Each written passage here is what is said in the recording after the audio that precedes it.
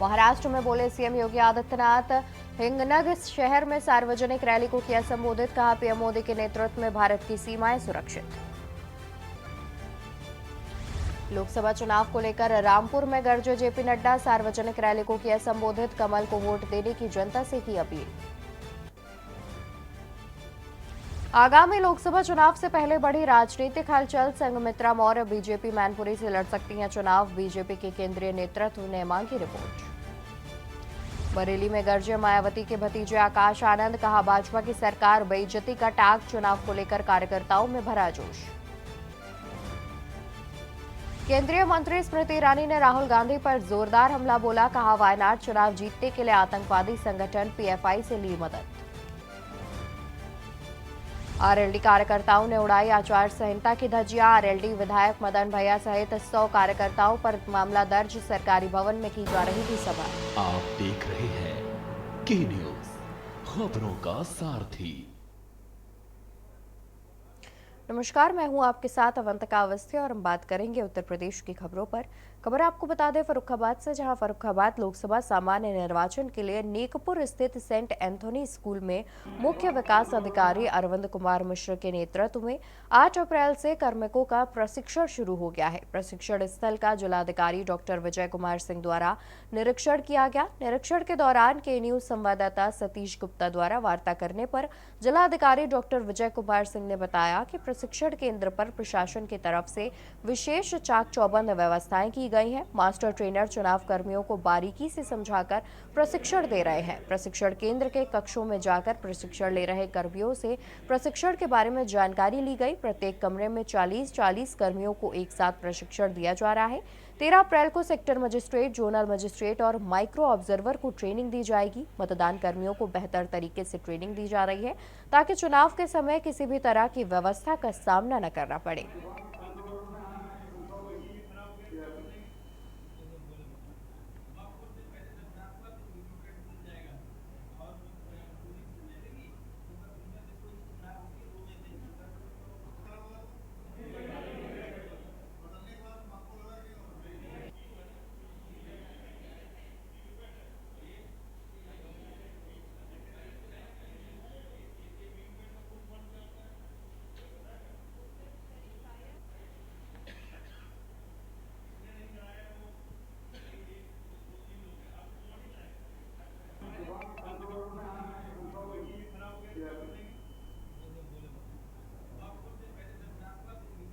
सामान्य निर्वाचन 2024 फर्रुखाबाद लोकसभा क्षेत्र सीडीओ साहब के नेतृत्व में सीडीओ साहब की पूरी टीम, जिसमें डीडीओ, पीडी, वीडियो साहबान, मास्टर ट्रेनर ये सब लगे हुए हैं। प्रथम पाली में 600 जो है पीओ और पीओ फर्स्ट, यानी प्रिजाइडिंग अफसर और पोलिंग अफसर फर्स्ट की ट्रेनिंग, ये फर्स्ट राउंड की ट्रेनिंग है जो कि हमारी 8, 9, 10 और 13 को चलेगी। ये और 13 को हम सेक्टर मजिस्ट्रेट, जोनल मजिस्ट्रेट और माइक्रो ऑब्जर्वर को भी ट्रेनिंग देंगे। और जैसा कि आपने देखा कि हर एक कमरे में 40-40 का ग्रुप है और प्रॉपरली ट्रेनिंग दी जा रही है उनको हैंड्स ऑन ईवीएम पे, और जो बाकी चीज़ें हैं उनको पढ़ाई जा रही है, समझाई जा रही है। ग्रुप में शेयर होगा, हम एक क्वेश्चनायर भी देंगे 50 क्वेश्चन का, उनको क्वेश्चन बना के भी अपने मास्टर ट्रेनर को रिवर्ट करना है। मास्टर ट्रेनर लिस्ट बना के इसको एवेल्यूएट करके सीडीओ साहब को देंगे और उसके हिसाब से यदि किसी की और ट्रेनिंग की आवश्यकता होगी तो उनको पृथक से भी हम ट्रेनिंग कराएंगे। इसके बाद हमारी सेकेंड ट्रेनिंग इसके बाद होगी। तो 2 ट्रेनिंग हमारा अभी जो है बना हुआ है, चौकआउट है कि 2 ट्रेनिंग कराना। यदि किसी को और ज़रूरत होगी तो हम पूरा वेल इक्विप्ड करके हम चाहते हैं कि चुनाव में। खबर कौशाम्बी से है, जहां मुख्य विकास अधिकारी डॉक्टर रवि किशोर त्रिवेदी की अध्यक्षता में विकास खंड कौशाम्बी की ग्राम पंचायत कोसम इनाम के पंचायत भवन में स्वीप के तहत मतदाता जागरूकता कार्यक्रम का आयोजन किया गया। कार्यक्रम में समूह की महिलाओं के साथ साथ लगभग 300 की संख्या में आम जनमानस उपस्थित रहे। समूह की महिलाओं द्वारा रंगोली बनाकर जनपद के मतदाताओं को 20 मई को अवश्य मतदान करने के लिए जागरूक किया गया। मुख्य विकास अधिकारी ने समूह की महिलाओं को स्मृति चिन्ह देकर सम्मानित किया और उपस्थित ग्रामवासियों को मतदान करने के लिए प्रेरित किया और सभी को मतदाता शपथ दिलाई।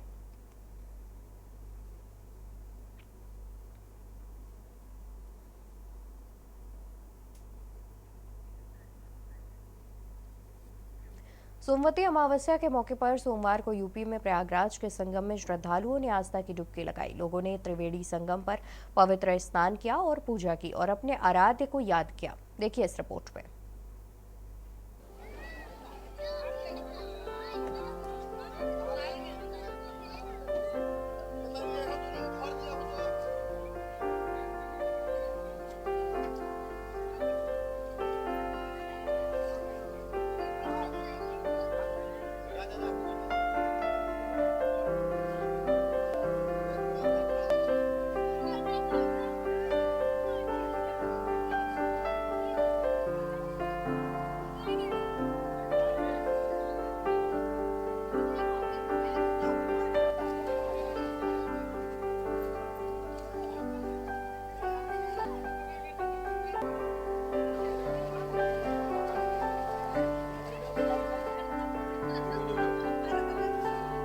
का महत्व बहुत बड़ा है। हमारे पांचों पांडव इसी महत्व शरीर को त्याग दिया। सुमति उनके युग में पड़ी ही नहीं और हिमालय में गल गए, सब शरीर छोड़ दिया। और उन्हीं का श्राप है कि जाओ तुम कलयुग बार बार पढ़ोगे। फिर भी भारत की जनता इतनी सुंदर है, इतनी महान है और उसका सम्मान करती। आज के दिन लोग पीपल में फेरी लगाते हैं 108, 54, 21 अपने पति की शुभकामना के लिए हमारी आयु बढ़ी रहे और नाना प्रकार का उसमें दान भी क्या करते हैं और संगम में स्नान करते हैं। और भी सोमवती अमावस्या को संगम नहाने का विशेष लाभ है, क्यों हम जो भी इच्छा करके नहाएंगे वो इच्छा पूरी हो जाएगी।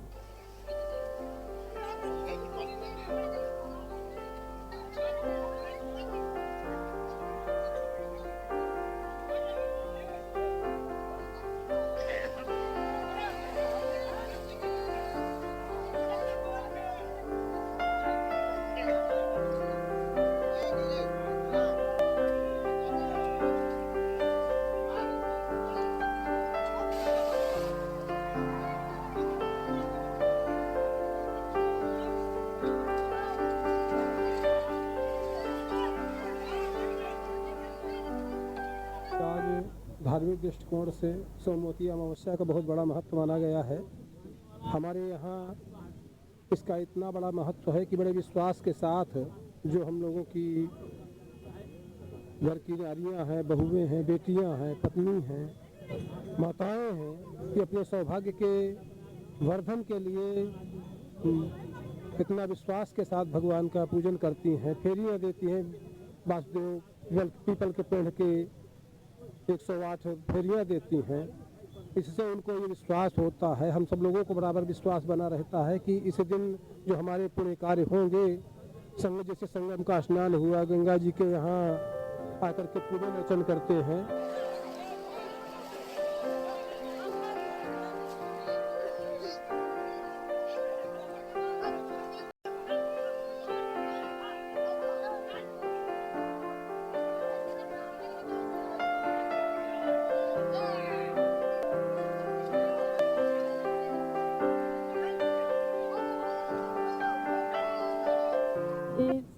चाहे जो चीज़ की दीजिए सब 108 रहता है और उसका जोड़ा लगा के पूजा की जाती है। चाहे जो सुहाग का सामान हो, खाने पीने का सामान हो, जो भी हो सबके साथ दिया जाता है, जोड़ा लगा के दिया जाता है। और पति की लंबी आयु की पूजा है, सोमवती अमावस्या की पूजा है और फेरी लगाई जाती है 108 बार पूजा की जाती है।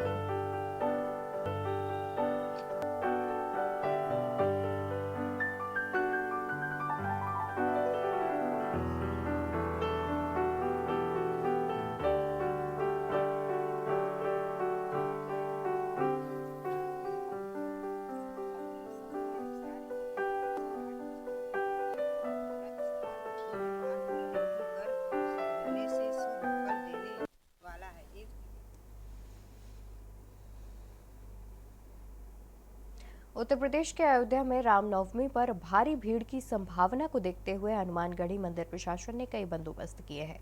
वहीं भीड़ संभालने के लिए मंदिर परिसर में बैरिकेडिंग की गई है। हालांकि बैरिकेडिंग से यहां के दुकानदारों में नाराजगी है। देखिए हमारी रिपोर्ट में। उत्तर प्रदेश के अयोध्या में रामनवमी पर भारी भीड़ की संभावना को देखते हुए हनुमानगढ़ी मंदिर प्रशासन ने कई बंदोबस्त किए हैं। भीड़ संभालने के लिए मंदिर परिसर में बैरिकेडिंग की गई है।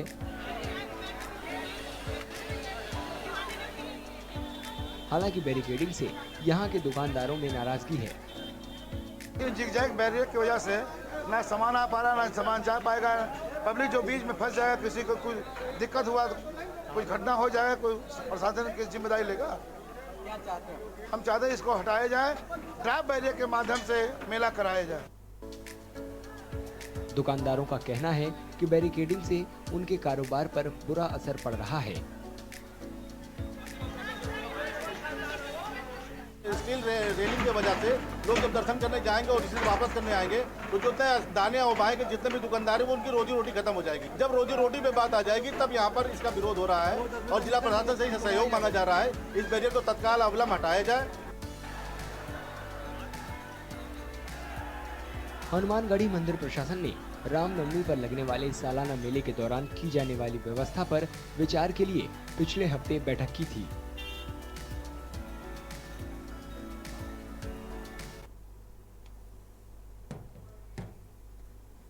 शाहजहांपुर जिला निर्वाचन अधिकारी और डीएम उमेश प्रताप के दिशा निर्देशन और जिला प्रबूषण अधिकारी गौरव मिश्रा के मार्गदर्शन पर लोकसभा चुनाव के दृष्टिगत बरेली मोड़ स्थित वन स्टॉप सेंटर पर मतदाता जागरूकता अभियान के अंतर्गत मताधिकार शपथ ग्रहण कार्यक्रम आयोजित किया गया, जिसमें समस्त स्टाफ द्वारा मतदान करने की शपथ ली गई। सभी को अपने मतदान का प्रयोग करना चाहिए, जिससे वो समाज में बदलाव में अपनी भागीदारी देकर जिम्मेदार नागरिक बन सके। इस दौरान समस्त अधिकारीगण उपस्थित रहे।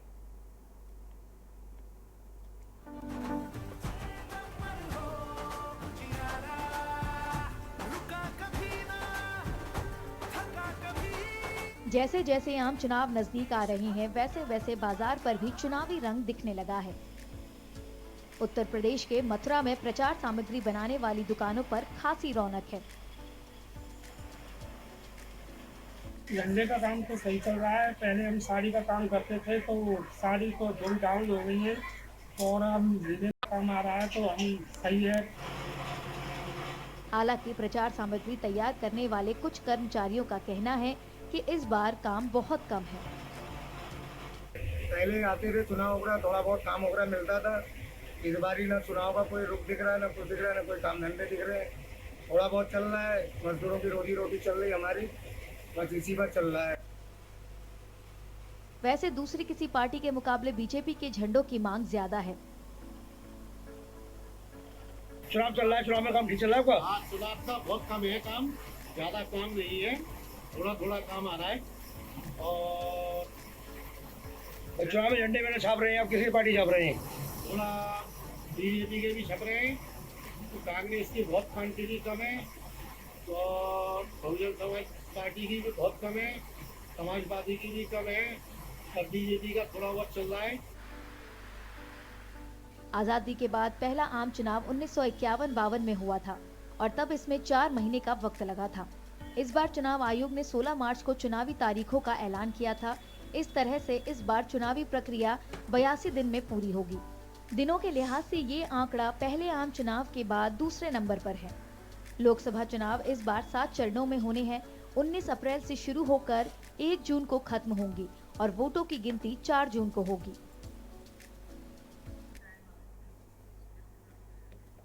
तो यहाँ हम खास रिपोर्ट दिखा रहे थे, जहाँ पर आप देख सकते हैं कि जैसे आम चुनाव नज़दीक आ रहे हैं, बाजार पर चुनावी रंग दिखने लगा है। जहाँ मथुरा में प्रचार सामग्री बनाने वाली दुकानों पर खासी रौनक देखने को मिल रही थी, तो वहीं शाहजहांपुर जिला निर्वाचन अधिकारी डीएम उमेश प्रताप के दिशा निर्देश और जिला प्रबूषण अधिकारी गौरव मिश्रा के मार्गदर्शन पर लोकसभा चुनाव के दृष्टिगत बरेली मोड़ स्थित वन स्टॉप सेंटर पर मतदाता जागरूकता अभियान के अंतर्गत मताधिकार शपथ ग्रहण कार्यक्रम आयोजित किया गया, जिसमें समस्त स्टाफ द्वारा मतदान करने की शपथ ली गई और सभी को अपने मतदान का प्रयोग करना चाहिए, जिससे वो समाज के बदलाव में अपनी भागीदारी देकर जिम्मेदार नागरिक बन सके।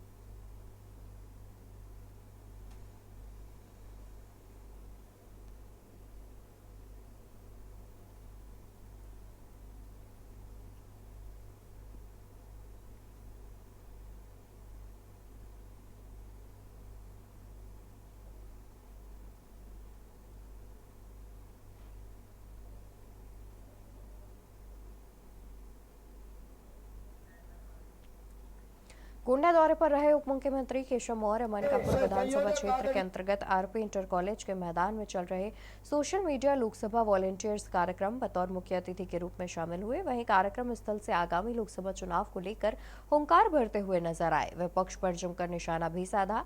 उत्तर प्रदेश में 80 की 80 सीटें हम जीत रहे हैं, सपा पूरी तरह से सफा है और कांग्रेस मुक्त भारत हो रहा है। कुछ इस प्रकार से उन्होंने जनसभा स्थल से चुनावी बाढ़ छोड़े।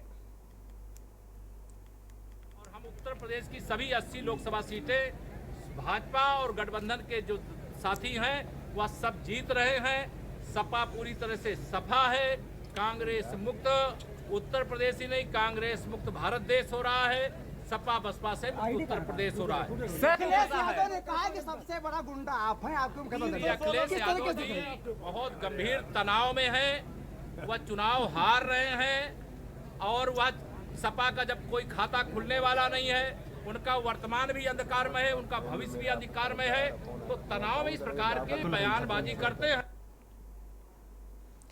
अरुणाचल प्रदेश में लोकसभा और विधानसभा के एक साथ चुनाव होंगे। एक तरफ चुनाव की तैयारी है तो वहीं राज्य में कई नई परियोजनाएं शुरू की गई हैं और कई पुरानी परियोजनाओं को बेहतर किया गया है। फिर भी चीन की सीमा से लगे इस राज्य में लोग कनेक्टिविटी की परेशानी से जूझ रहे हैं। देखिए इस रिपोर्ट में। अरुणाचल प्रदेश में कई नई परियोजनाएं शुरू की गई हैं और कई पुरानी परियोजनाओं को बेहतर किया गया है। फिर भी चीन की सीमा से लगे इस राज्य में लोग कनेक्टिविटी की परेशानी से जूझ रहे हैं। राज्य में नई सड़कें बनाई जा रही हैं, लेकिन पापुमपारे जिला में पड़ने वाले दोईमुख विधानसभा सीट के लोग इससे संतुष्ट नहीं हैं। उन्होंने कहा कि सड़कों के अभाव के अलावा उन्हें सही ड्रेनेज सिस्टम न होने से भी भारी परेशानी है। रास्ता तो अभी ठीक ही है ना, लेकिन हम लोग का यह में रास्ता ठीक होने से भी ड्रेन नहीं है ना। ड्रेन नहीं होने का कारण से हम लोग का रास्ता जो एक साल का अंदर ही खराब हो जाता है ना। तो स्पेशली हम लोग का यहाँ में जो ड्रेन बनाता है ना, जो ड्रेन को अच्छा से बनाने से ठीक ही है।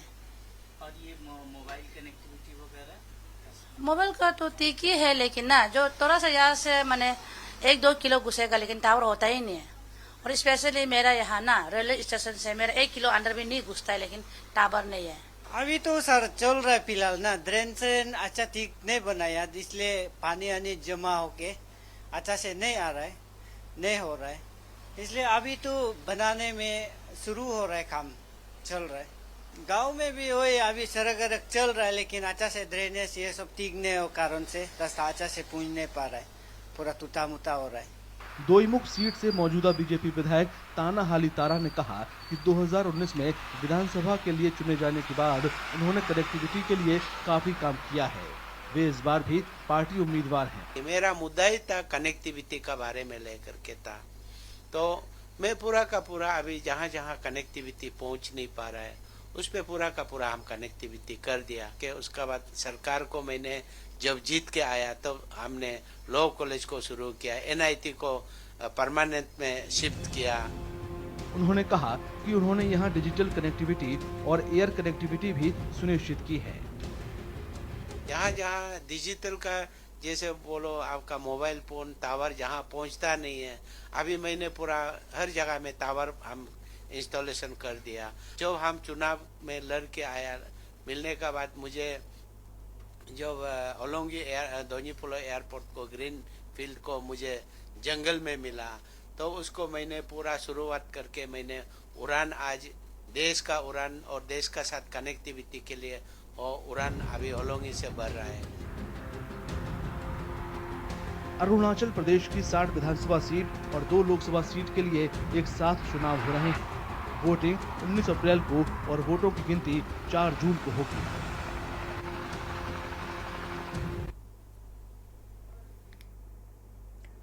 लोकसभा चुनाव से पहले पश्चिम बंगाल में धीमल जनजाति को अनुसूचित जनजाति सूची में शामिल करने की पुरानी मांग फिर उभर गई है। धीमल जनजाति दार्जिलिंग जिले के नक्सलबाड़ी ब्लॉक के केतुगाबोर जोटे गांव में रहती है। समुदाय के लोग अभी तक ST का दर्जा न मिलने पर निराश है। देखिए इस रिपोर्ट में। लोकसभा चुनाव से पहले पश्चिम बंगाल में धीमल जनजाति को अनुसूचित जनजाति सूची में शामिल करने की पुरानी मांग फिर उभर गई है। धीमल जनजाति दार्जिलिंग जिले के नक्सलबाड़ी ब्लॉक के केतुगाबोर जोटे गांव में रहती है। समुदाय के लोग अभी तक एसटी का दर्जा न मिलने पर निराश हैं। ये धीमाल जनजाति तो ट्राइबल है, तो ट्राइबल होने के बावजूद धीमाल लोग अभी तो ट्राइबल स्टेटस पाया नहीं। तो इस लोग का जो इकोनॉमिक अवस्था और एजुकेशनल अवस्था सब कुछ अवस्था देखने से बहुत पिछड़े हुए ये जनजाति है। तो बहुत पुराना जनजाति है, तो इसको तो संवैधानिक अनुसार एसटी स्टेटस मिलना चाहिए। जनजाति के बुजुर्गों के मुताबिक अनुसूचित जनजाति के रूप में मान्यता नहीं मिलने से उनकी आर्थिक हालत बदतर होती जा रही है। उनका कहना है कि रोजगार की कमी से जनजाति के युवा पढ़ाई पूरी करने के बाद प्रवासी मजदूरों के रूप में काम करने पर मजबूर हैं। अर्थनैतिक अवस्था इतना खराब है, इसलिए वो एचएस पास करके और ये लोग लेबर बन जाता है, ये ट्रैक्टर चलाने सीख जाता है, कोई राज मिस्त्री हो जाता है, कोई दिल्ली में गया है, कोई केरल में गया, लेबर का काम, फैक्ट्री का काम, वहीं पर काम कर तो माइग्रेंट लेबर बन जाता है। हाँ जी जी। धीमल समुदाय के युवा वोटरों के लिए चुनाव में एसटी का दर्जा मिलना प्रमुख मुद्दा है। ट्राइबल नहीं हो रहा है और सामने ही चुनाव आ रहा है कि जो सरकार आएगा एस2 स्टेट हम लोगों का पूरा करेगा, उन्हीं को हम मतलब वोट देंगे और ये उम्मीद रखेंगे कि हमारा ये ट्राइबल हो जाए। दार्जिलिंग के मौजूदा बीजेपी सांसद राजू बिस्ता यहां से फिर पार्टी उम्मीदवार हैं। उनका कहना है कि बीजेपी इस इलाके की 11 जनजातियों को एसटी का दर्जा देने के लिए प्रतिबद्ध है। इनमें धीमल भी शामिल हैं। धीमल नहीं, 11 लेफ्ट ऑफ कम्युनिटी है, सिर्फ एक नहीं है। और जो है उनकी ये डिमांड बहुत पुरानी है और जायज़ डिमांड है, और ऑलरेडी एसटी में थे, वो एक्सक्लूड हो गए, उनको दोबारा इंक्लूड करना है। और भारतीय जनता पार्टी ने अपने संकल्प पत्र में भी ये चीज़ उसमें दर्ता किया है। और मैंने इस 5 साल में बहुत प्रयास किए कि किसी तरह जो है इस 5 साल के कार्यकाल में ये हो जाए। कुछ अड़चन की वजह से जो है रह गया, लेकिन 5 साल मुझे दोबारा सेवा करने का मौका मिल रहा है और इस 5 साल में वो भी टाइम बाउंड तरीके से जितना जल्दी हो सके वो पूरा भारतीय जनता पार्टी करेगी। ये हमारा जनता से वादा है। दार्जिलिंग में 26 अप्रैल को वोटिंग होगी। देखना दिलचस्प होगा कि धीमल जनजाति का वोट किस तरफ जाएगा। समुदाय को लगता है कि अभी तक उन्हें सभी राजनीतिक दलों ने धोखा दिया है, क्योंकि उनकी एसटी सूची में शामिल करने की लंबे समय से चली आ रही मांग अब तक पूरी नहीं की गई है।